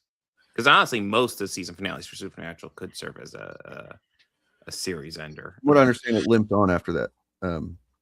15 fucking years. Holy crap. But here we go. It's great you've dug this up, because this completely retextualizes that tweet, which was bullshit. Yeah. So never listen to quotes that are only 2 words long, because that's not what he's saying here at all. What he's saying is he's nervous because he doesn't know if fans will enjoy the finale. Mm-hmm. He's not saying whether it's good or bad. He's saying that he can't possibly judge what people will like or dislike about the finale, and obviously that's something that he should be anxious about.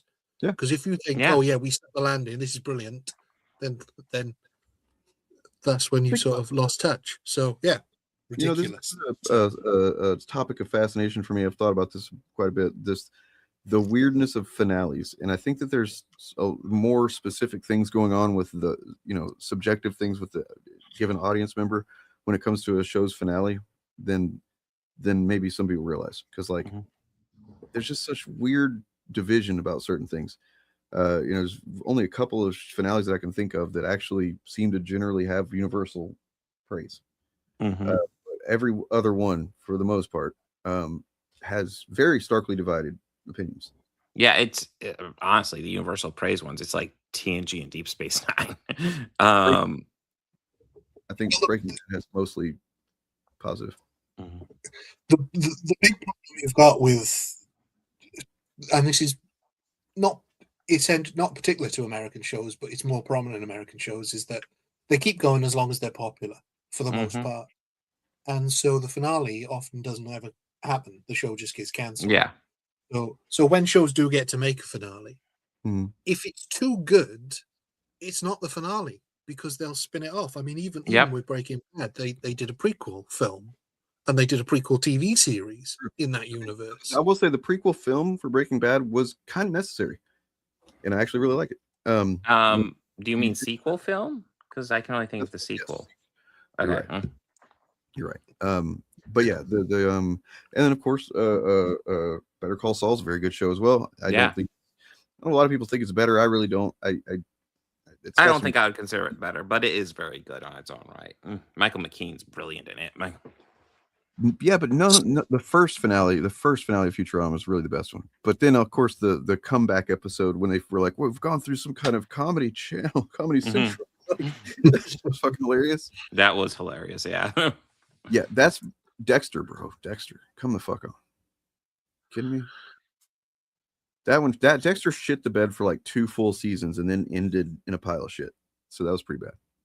I'm hoping to get into Resurrection, but it's pretty good. I enjoyed it. You know what? It just kind of frustrated me because the finale of the original series was, I didn't hate it as much as most people, but then they did the finale of New Blood, and I really did kind of fucking hate that. Thing I don't understand is, when does he get his lab? It's later on. This is Right. You know, it takes a while. That's what's they'll get there. Don't worry. You gotta be patient, right? Like, super duper nerdy and like his sister introduced or anything. What's her name? Yeah, I forget. Yeah, I mean, it's weird to think about that series eventually morphing into a children's show, but it totally does it seamlessly when it gets to it. The Sopranos intro is perfect. It's absolutely perfect ending for that show. A lot of people hated it. You can't, like, this is what I think. I don't think, with very few exceptions, I don't think you can end a show well. I think it's better sometimes that it does just get cancelled, because like I said, if you do a brilliant finale, the studio wants more. If you do a subpar finale, it leaves a bit of taste in everybody's mouth. Well, I think it boils down to, what is the audience member, the viewer, valuing from a show? And I think the best way to look at this, the best example of a show is Lost. Because yes, I was going to say, yeah, that's the perfect example. I remember I had a friend that we both loved Lost, and we every once in a while we'd exchange a couple of messages on Facebook about it and stuff. But like, I didn't fully realize until it ended, and we started talking about it in DMs or Facebook messaging that we liked very different things about it, because he hated the finale, and I liked it, and it was like, what the, how the fucking, and it turns out he only really gave a shit about the mystery box.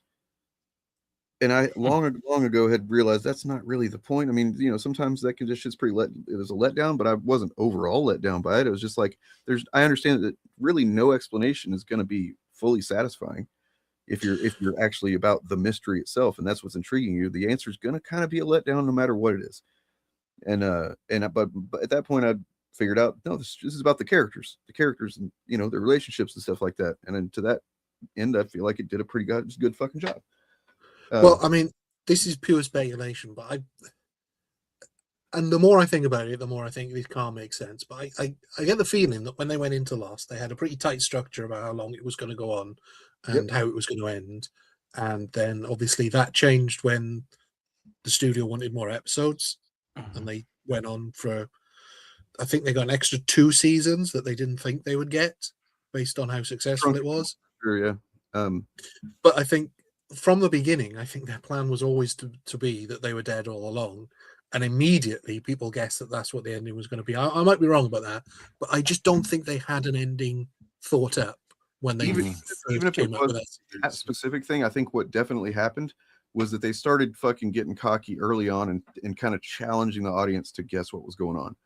And then eventually when you have enough people guessing and kind of, then somebody got it. Somebody fucking nailed it. And I can imagine they, in the writer's room, they're looking on the fucking message boards, because that was like the first message board show.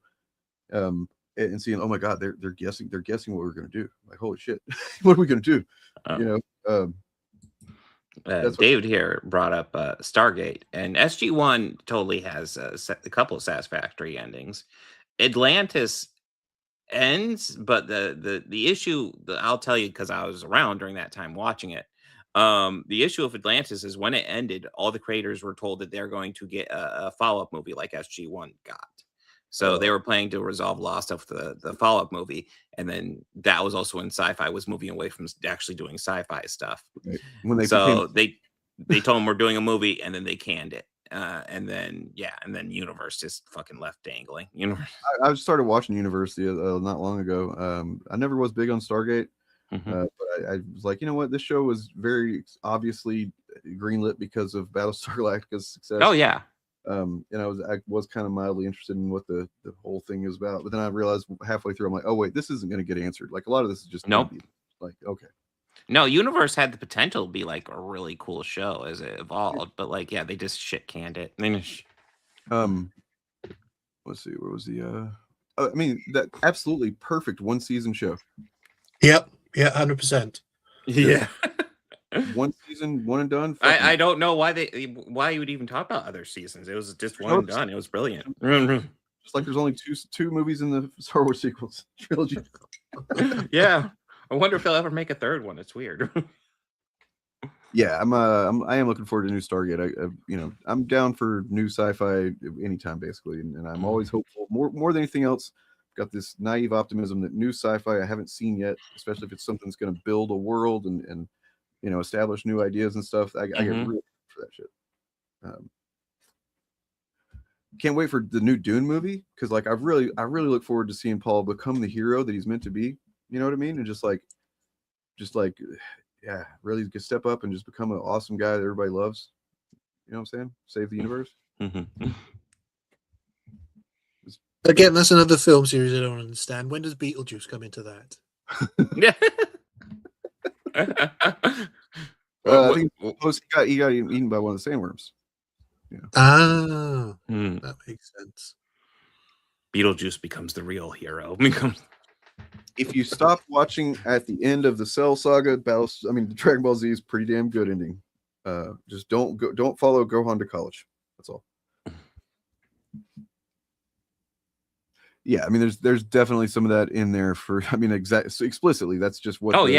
It's right. No, it's all about the aliens built the pyramids. It's pretty much that's the basis of Stargate. Aliens built the pyramids. Aliens, a little bit of a racist narrative. You know what I mean? The idea that like, well, these people couldn't have done this on their own. yeah. Well, I mean, it's a pseudo archaeology theory that's been around forever. I mean, the thing is with that, it's kind of fine when it's in fiction, because Stargate is not saying that this is what happened. It's just like, this is a fun sci-fi universe. It's when people bring that into the real world and say, oh no, this is what happened. Aliens did help. Yeah. Only the sort of non-white different groups around the world improve their technologies. White people improve them all on their own. But all of the other different races of people, they needed alien help. That's where it gets really fucked up. And the thing that Stargate does explore that I think is kind of fun, the idea that all religions are just con jobs done by aliens to exploit people. How dare you? Come on, got to see. I just hope. Do his thing. Sorry. I just hope the new Stargate isn't woke and they don't try and have a diverse cast where there's like, I don't know, a couple of white guys and then a woman and a black guy. I think that's God, too that'd be modern. awful. That'd be awful. Injecting modern politics into sci-fi is just It's weird choice. Let's see They'd what probably else. make the woman super smart and a fighter or some shit, and yeah, it'd be ridiculous. So I kind of want to watch JoJo's Bizarre Adventure. I'm not, so So I saw the first episode. That is fucking bizarre. The title is so fucking accurate. Right? Like it's this one episode that I remember watching. There was like several things where it's like, are they doing this on purpose? Like this seems not actually gay, but like jokingly gay. Like you know what I mean? I don't know. It's maybe I'm off base there. I've just seen the first episode, but it is so weird.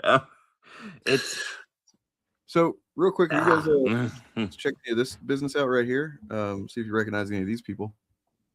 How many people is that stat based on? Like, how many transgender shooters is that stat based on? Because you cited it. I mean, you didn't cite your source, so I had to go digging for it. So I was curious if you knew. This is a graph from when? About 7 months. Y'all see this yet? I think you have. Yeah, no, I saw Edgier Than Thou's video on it. Great video. By the way, if you're not subscribed, go check out Edgier Than Thou. Right. Great Like content. that it straight up intentionally went to this shit. I don't know if they spent money on it or what. It seems like they might have. I don't know. But like made it a goal to go to this shit for a day and sit there and listen to these fucking guys. I can't even listen to them for like 2 minutes video really.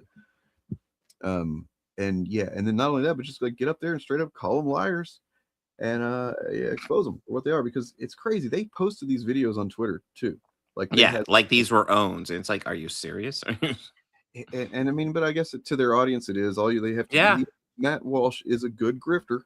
He's very good. He understands in the moment what I need to do is just say a specific thing that's gonna, trigger the audience to cheer because they hear the right combination of fucking bigotry words, and that'll distract them from the fact that I just got exposed for being a fucking propagandist. Yep. I think somebody needs to do the edit where they cut in the clip of Millhouse saying "Say the line, Bart." Yeah. Months ago, came up. It was going around on Twitter. Do I have all the details of a graph that I posted 7 months ago in my head right now? Ballpark, just to. I'm gonna take the most bad faith interpretation of what you're asking me and just like make it really asinine fucking. Fact is, Matt Walsh was sharing that information. He probably should have a decent idea that it's a good source. Which it isn't when you're. Also, at a moment's notice, they could drop something on you and expect you to have intimate working knowledge of whatever it is that they're referring to, or you just don't know what you're talking about. Well, I wonder if this was dropped on him or not. Daily Wire fires half of its staff in mass layoffs. His co-founder Ben Shapiro has lost 85% of his YouTube audience since last year. Jesus Christ. And this is seemingly, the timing would suggest, that this is Malachi did it. Edgier Than Thou did this with this ownership that happened here. Don't fuck with Edgier Than Thou. He will make you fire half your staff. I believe later on, I'll have to double check and see if this is still the plan, but I think later on tonight, around 7 p.m. PST, me and Edgier Than Thou, and I don't know who else maybe, but are going to be doing a bit of a debate performance review on stream of this whole situation. So that ought to be fun, because they did the video talking about, generally how it went down, but like I think they want to actually break down the mechanics of the debate, if you want to call it this, and see what we can learn from it. Good times. Yeah, his eyebrows clearly have taken over and absorbed all of the money, right? Well, I mean, I do think it was an issue. Ben Shapiro had too thin eyebrows, and thank God he's fixed that.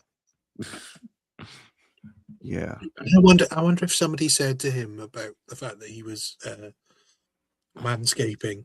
I wonder if that's what caused him to bin the trimmers. Mm-hmm. Or if somebody caught him having his brows done in one of those beauticians. I think they're fake. I think that this is the result of somebody. I don't remember who it was. They said that basically this is what happens when conservatives who are always trying to cut corners and cut costs on services that they pay for, right? Which is true. They're always like, oh, you know, I don't need to pay this much for this guy. I can pay this guy half that. And you know what I mean? That's the kind of thinking they do. And that can lead to something like this if you don't know what the fuck you're doing. And they don't, then the person you're hired doesn't know what the fuck they're doing. Or maybe the person you hired knew exactly what they were doing. That's the case. Good job. I mean, he's at this point, he's a grease paint mustache and a pair of glasses away from assuming his true form as Groucho Marx. So, yep. Sam Cedar and Emma and them were fucking laughing at him about this shit. Just in a recent video, in fact, losing all these, 50% of their fucking staff, and then also the fact that he, is a Harvard graduate and he's tried to be a comedy writer. Ben Shapiro tried to be a comedy writer in Hollywood. Like, think about that. Can you imagine him ever saying anything funny that's like a joke that he intentionally wrote instead of just unintentionally funny? I can't. Yeah, I know. I do. You're just making stuff up now. I haven't really seen much of Dragon Ball Super, but from what I've seen, I watched there's one movie of it, and I know that the movies are basically, truncated, combined episodes or whatever, but yeah. I'm out of my Dragon Ball phase. That was when I was, 16, 17. I would come home from school and it would be on, and, definitely loved it then, but I have respect for it still, There's that. But yeah, back to this, because you got to see this response. If you haven't seen this, I know you guys have. I guess you have the answer, so go ahead and tell us. I do. It's one person. So you cited a per million statistic based on one person as evidence. So if you're not familiar with the graph, the chart bullshit thing that he had shared on Twitter or whatever, it was this, obviously to anybody that knows how to look at data sets, and that it was just a random thing that seemed to be painting most mass shooters of recent years as trans people. Because there's been one, and then every other one almost, the chuds will kind of go out of their way to try and construe it as if it is a trans person. For some reason, yeah, very dishonest, very there's only one reason why you'd share that, and that's because you intentionally, knowingly fucking are trying to paint trans people as crazy mass shooters. There's no other explanation for why you would share this shit as a media figure. That there's some sort of epidemic of. I was just going to say, just thinking about what you were saying about doing a sort of debate review, because that's going to be a bit too late for me. The one thing I would say there is, and this is hard to do in the moment, is when Walsh says, you want me to remember something I posted like a graph months ago, I'd say, well, then why did you post it? Something like that. Yeah. But then he's come back. If it was information that you felt was important enough to share, it seems like you would kind of have an idea of what you shared, right? Like, this is something you talk about. He talks about it all the time. This is his main thing. As far as as a non-viewer, that he's really focused on these trans issues. And this is the second time that I'm aware of that he got caught with his fucking pants down about trans statistics.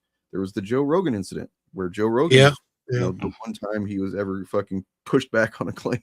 He tried to claim, he was claiming that there was like millions or hundreds of thousands or whatever of kids that get surgeries, or maybe I think it was about just puberty blockers. But I mean, then he looks it up and it was like not even remotely that. And Matt Walsh is just like, I don't know what to say. I'm a grifter, basically.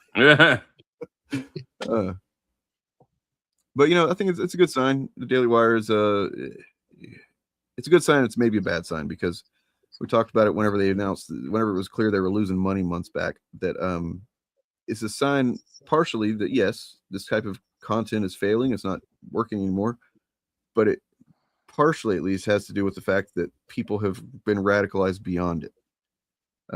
So people that used to maybe watch Daily Wire and be cool with that or whatever, now they're like, I don't want to watch this Jew. You know what I mean? Whatever. Yeah. But that's not good. So, of course, as the audience, Ben Shapiro cultivated. So it's true.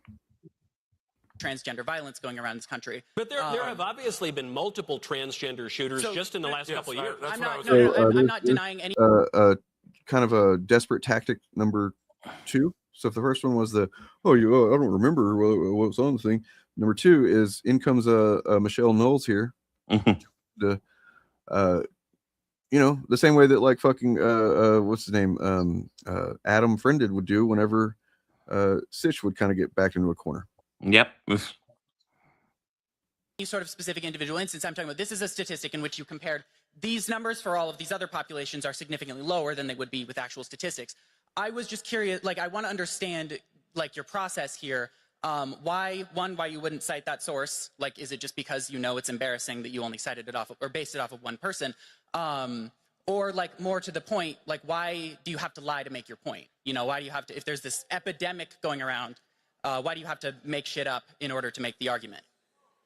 Well, first of all, I think as someone who believes that women have penises, you're not one to lecture people for lying. So fucking disingenuous, man. Yep. Yep. Going back to the greatest hits, say the line. Yeah, that is not a claim that, as far as I know, Malachi made here. Yeah. So it's a reductive straw man deflection, I guess is what how you could describe that. Well, it's all he has, because he's caught in fucking sharing bullshit data here. Oh, that'd be amazing. Yeah, that's pretty good. The Abed guy. It's Michelle Knowles, rather. You know, so there's you guys know of a channel called The Soy Pill? You ever seen him? Yes, yeah. It's pretty good. He apparently went to at some point was invited to go do this Michael Knowles show that he does called Bar Fight or something, where, you know. It's basically it's heavily loaded towards obviously Republican talking points and making liberals look silly, but fails to do. The only time I ever see anything from it is whenever a liberal or whatever actually gets on there and manages to make some solid points and like kind of expose their audience to some other shit. So that's the only time I ever really see it. But I guess that's because why would anybody post their fails? But yeah, so it's Bar Fight, but what Soy Pill explains is that he went. He was flown there, right? They put him up in a decent hotel, fed him. You know what I mean? Like that, and then they get him on there, and the set's really, you know, well done and shit. And then you start looking at the sets of all their shows on Daily Wire and stuff.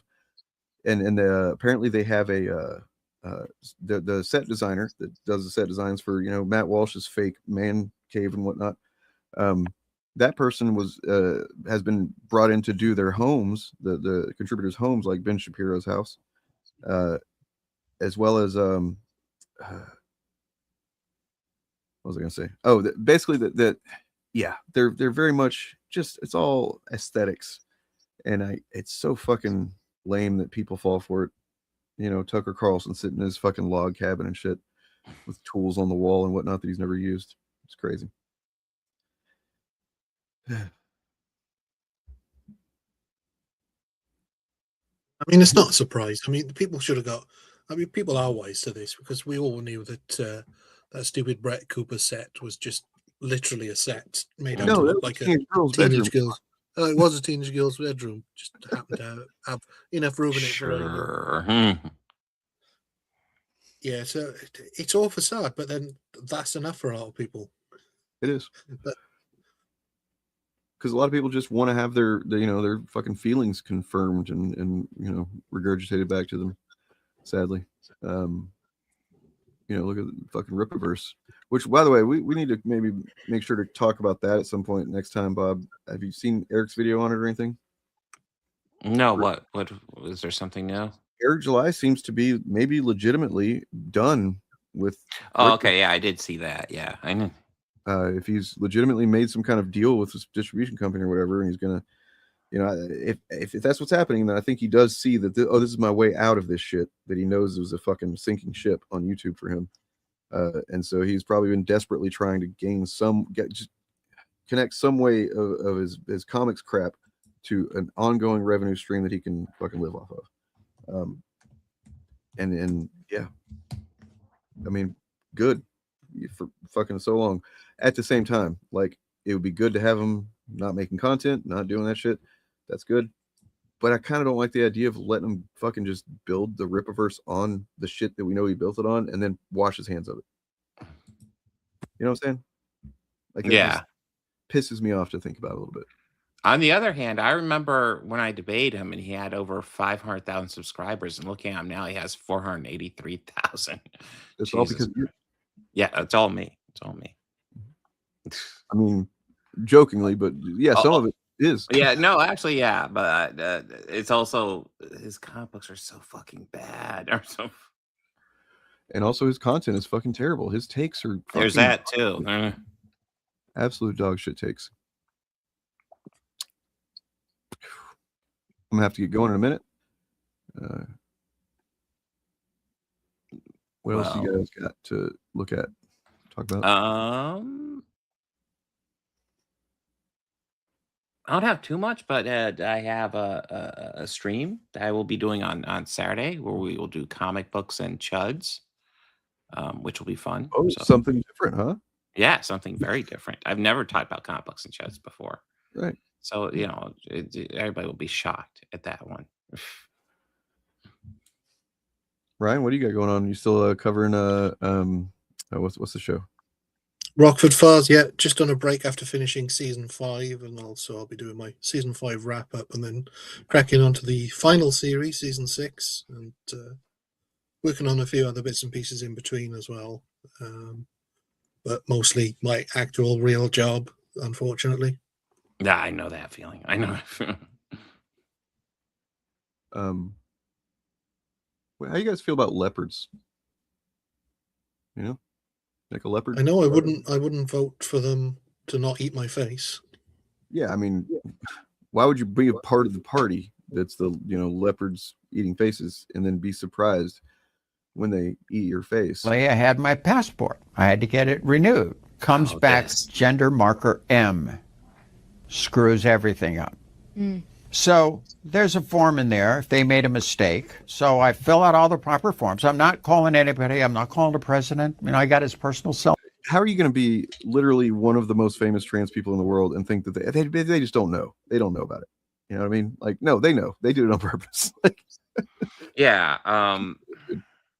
Listen, I don't think you should misgender Caitlyn Jenner or No, I don't either. that, I but she is don't also a actually piece of take shit. pleasure. Let's be real. Truly a piece of shit, and I don't take pleasure in her suffering for this or anything. But at the same time, it is just a She's asking for it at the same of time. what we've fucking been saying about any kind of a quisling fucking token that throws themselves into that camp because they think they're going to be safe. They're going to, they're one of the good ones or whatever the fuck it is. It's not going to matter. Eventually, Like, she's upset her passport was marked M. It's like, that's what you fucking voted for. Just saying. Why did you put the QUE on the end? That's weird. That's like makes it seem French or something and like kind of fancy. Don't do that. Transphobic. Transphobic. Yeah. Number. I'm not calling anybody. I'm going to see if I can fix this myself. And they sent it back M. They didn't change it at all.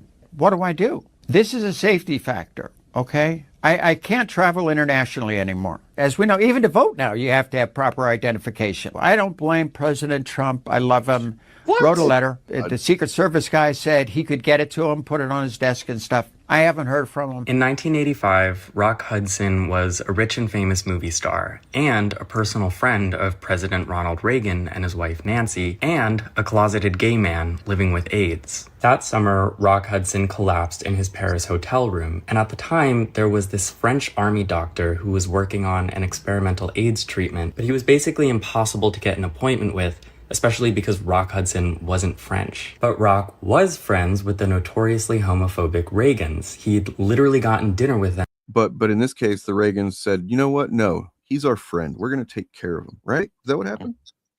Let's find out. 3 weeks before he was diagnosed with AIDS, so he figured they could pull some strings for him. So Rock's publicist sent Nancy Reagan a telegram saying, Rock has AIDS, and he's going to die in agony if he doesn't see this doctor. Nancy received it and wrote back the very same day saying, no, sorry. Quote, she did not feel this was something the White House should get into, and Rock Hudson died 9 weeks later. You can be the most privileged, the whitest, the richest, the most well-connected queer, and at the end of the day, to people who hate queers, you'll still be just a queer.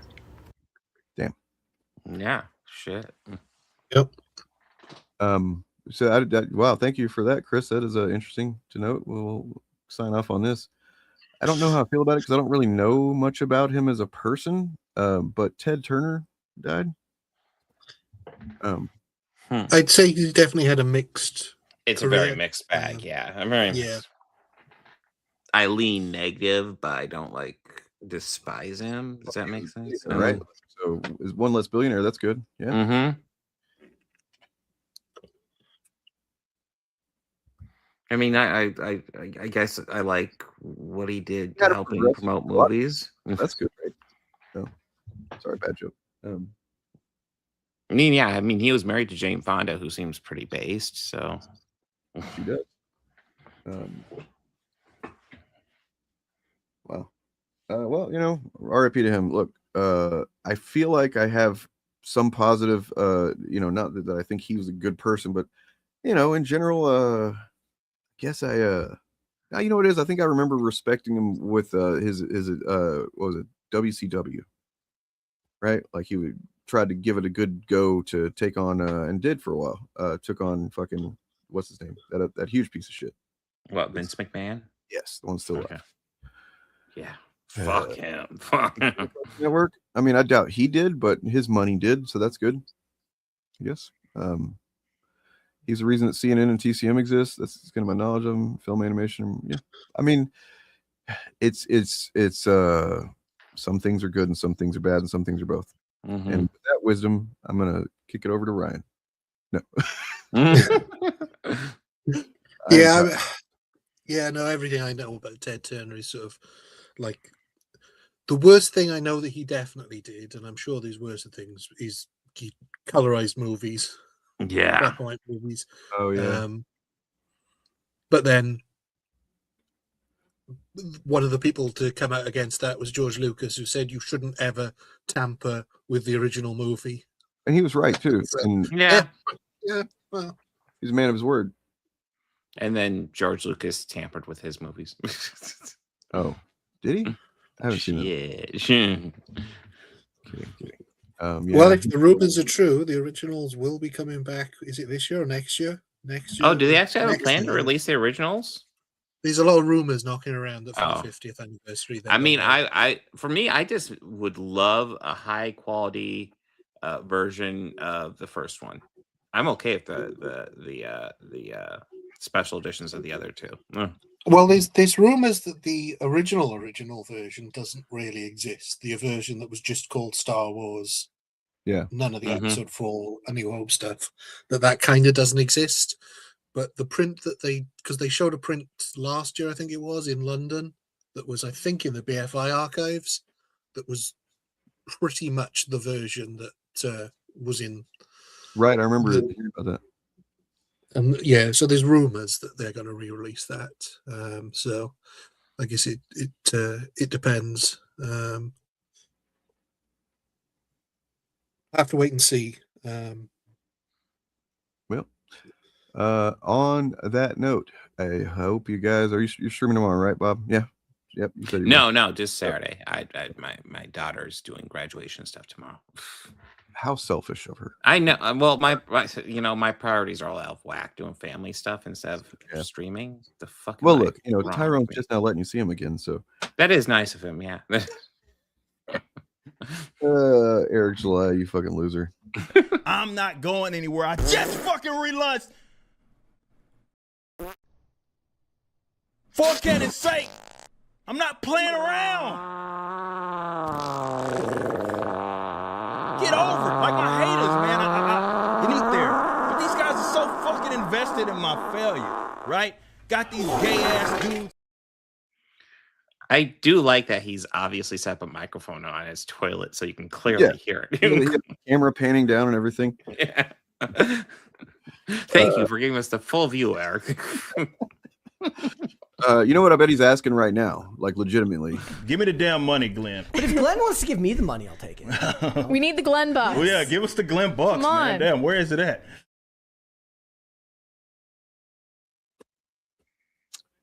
What? All right. Y'all have a good one. To take care of each other, subscribe to whatever channel you're watching and hop over to the other ones, subscribe to those.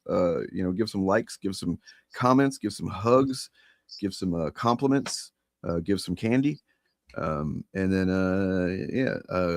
have a good one, man. Party on and be excellent to each other. Imagine a giant Joe Rogan pussy right up there, elevated, like a jellyfish. teleported up into Joe Rogan's vagina. I want the memes of Joe Rogan's vagina. You imagine how big this must be.